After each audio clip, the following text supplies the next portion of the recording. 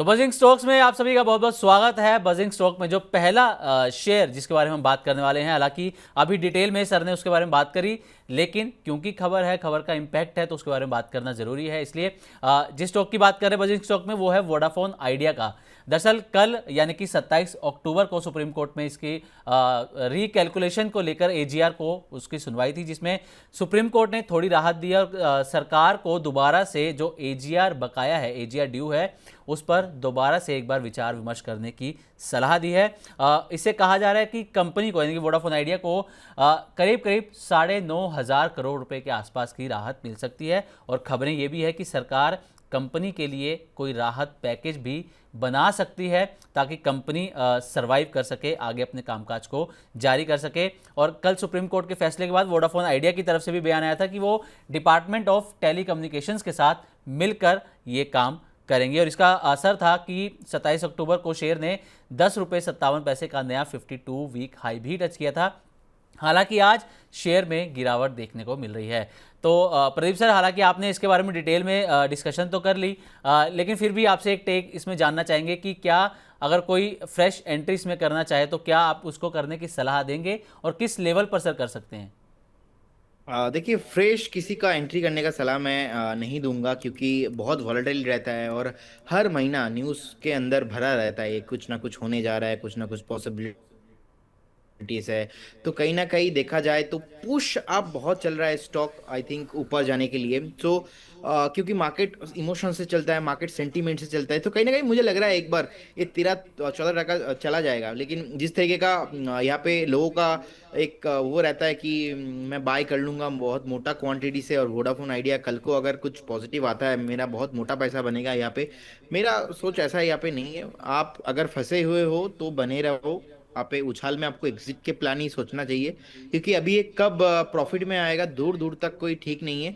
अभी अब देखेंगे, अभी भी डेट बहुत ज्यादा है। गवर्नमेंट अगर 10,000 करोड़ के आसपास भी अगर अपना जो डेट है वो माफ करता है, फिर भी इनका प्रॉफिटेबल आना, मार्केट में कंपटीटर के साथ बिजनेस करना बहुत मुश्किल है। मतलब वो एक सेंटीमेंट की वजह से तो शॉर्ट टाइम टेम्पोररी चल सकता है, लेकिन मेरे हिसाब से तो अभी आपका मेहनत का पैसा लगाना इसमें सही नहीं होगा। अभी के लिए इनके पास पोजीशन है, आप 7.40 7.50 के आसपास का एक स्टॉप लॉस मेंटेन कीजिए और बने रहिए स्टॉक के साथ। उछाल में एग्जिट करने का प्लान कीजिए। और किसी को अगर थोड़ा बहुत तुक्का लगाना है कि करना है कि सर नहीं, मैं थोड़ा पास मेरे पास पैसा है और मेरे पास रिस्क टेकिंग एबिलिटी भी है, तो आप बाई करके जा सकते हो कभी भी। अगर आपको 9 रुपीज के आसपास मिलता है, then again same stop loss रहेगा 7.50 एंड टारगेट रहेगा 13-14 तक।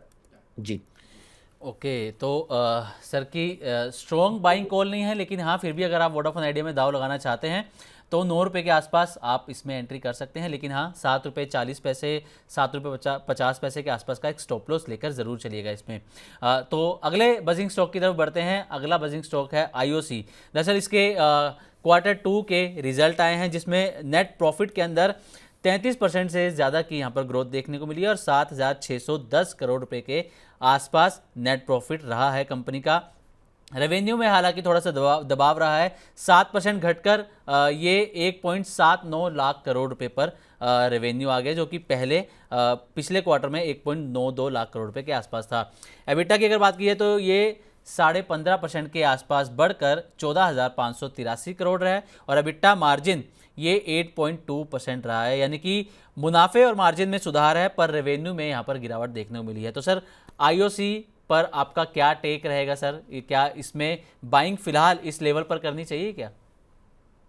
देखिए, अगर आपके पास ऑलरेडी बाइंग पोजीशन है तो आप बने रहिए। मुझे लगता है कि पर्टिकुलर स्टॉक में एक मूव आएगा, उस मूव में आपको 178 180 तक आपको लेके जाएगा, तो तब जाके आपको एक बार एग्जिट करने के बारे में सोचना चाहिए। लेकिन फ्रेश बाई करना ये आपका मोटिव के ऊपर चल रहा है कि अगर आप पर्टिकुलर इंडस्ट्री में रहना चाहते ही हो, मतलब ऐसा मूड है आपका, then you should buy. Otherwise temporary अलग स्टॉक्स, पीएसयू चल रहा है, मेटल चल रहा है, एंड मुझे लगता है कि कहीं ना कहीं वहाँ पे और भी 10 11 12 महीने में पॉसिबिलिटीज है। अब इंडियन ऑयल, एचपीसीएल, जितने भी ओएमसीज है, यहाँ पे शॉर्ट टर्म में मूव नहीं आता है। आपका प्लान रखना पड़ेगा मिनिमम 3 से 4 साल, देन आप यहाँ पे कुछ पैसा बना सकते हो। और उस बीच कुछ भी न्यूज आता है, क्योंकि जियो पॉलिटिकल कनेक्टेड रहता है, ग्लोबल कनेक्टेड रहता है, तो बहुत अलग अलग इश्यूज जो है हो जाता है कहीं ना कहीं। तो इसीलिए अगर आप स्मार्टली प्ले करना चाहते हो मार्केट पे, तो थोड़ा मुझे लगता है कि अवॉइड करना चाहिए। लेकिन खराब है मैं यही नहीं बोल रहा हूँ, बढ़िया है, आप रखिए लॉन्ग टर्म के लिए, शॉर्ट टर्म मीडियम टर्म के लिए नहीं जी। ओके, तो शॉर्ट टर्म मीडियम टर्म के लिए रखने की सलाह ये नहीं होगी। अगले बजिंग स्टॉक की तरफ बढ़ते हैं, सोना BLW। इस पर भी, इसका भी Q2 का रिजल्ट आया है। रिजल्ट कैसे रहे हैं इस पर एक बार नज़र डालते हैं। तो नेट प्रॉफिट इसमें 20% की ग्रोथ देखी गई है, 173 करोड़ रुपए रहा है ईयर ऑन ईयर बेसिस पे। पिछले साल ये 152 करोड़ रुपए के आसपास था।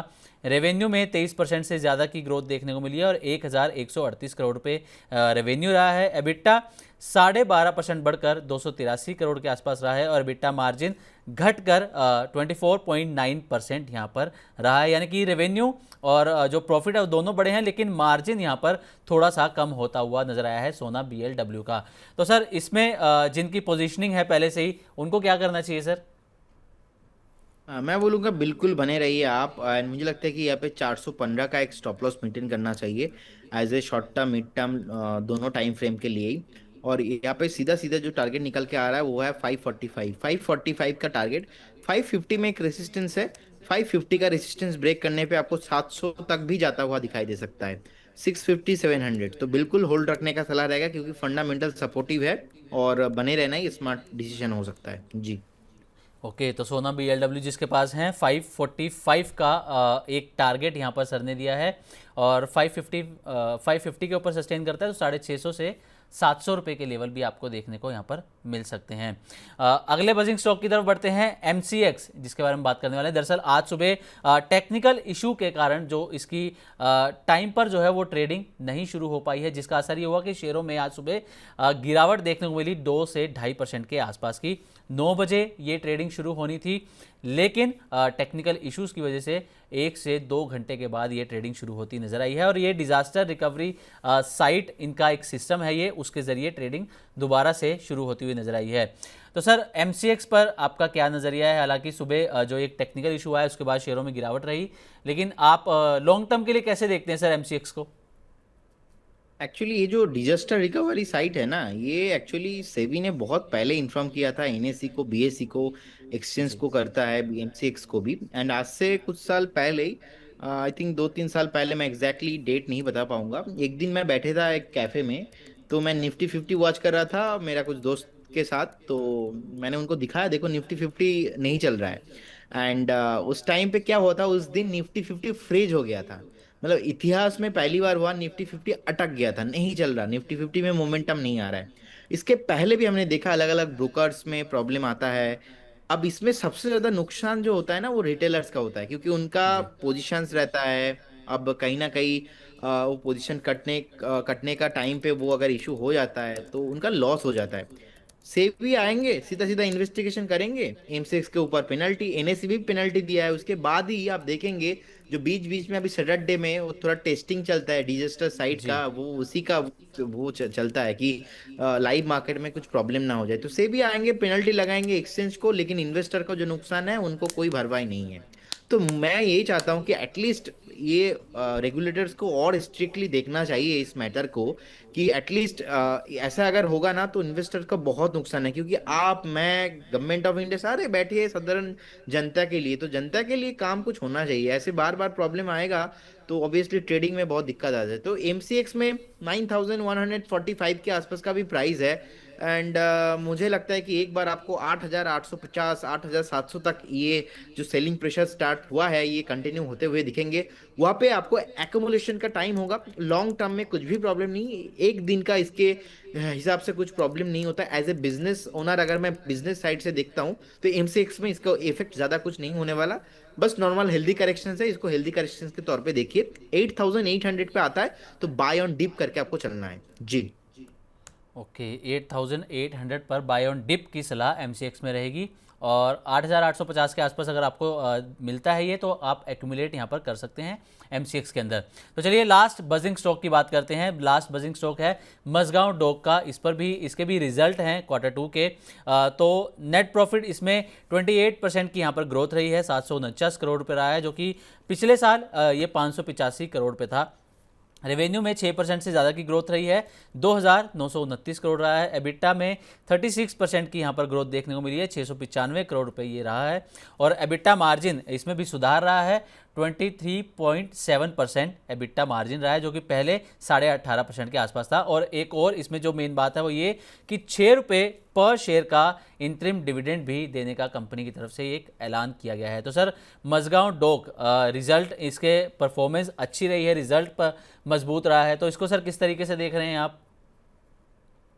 देखिए ओवरऑल मुझे लगता है कि डिफेंस एक बढ़िया थीम है, विकसित भारत का थीम है। नेक्स्ट आपको बजट में भी कुछ अनाउंसमेंट आते हुए दिखाई देंगे। जिस तरीके का प्राइस है, अट्रैक्टिव वैल्यूएशंस है, 2560 में एक स्टॉप लॉस मेंटेन करना चाहिए। बने रहिए करेंट जोन से। अगर आप बाय करना चाहते हो तो थोड़ा 2-4 दिन वेट करके जाइए। हो सकता है कि आपको एक बार 2730-20 प्राइस मिल जाए, उस टाइम पे आप थोड़ा बाय करके जाइए। अगर मैं नेक्स्ट 2 से 3 क्वार्टर का मैं बात करता हूं, तो मुझे लगता है कि ये स्टॉक आपको 3000 के ऊपर, उसके बाद आपको ऑल टाइम हाई भी on the way, all time high भी आपको आते हुए दिखाई देंगे।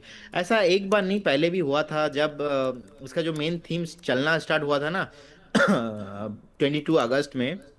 उसके बाद हमने देखा नवंबर फर्स्ट वीक से ऑलमोस्ट मई 23 तक चला नहीं था, बाद में रैली आया।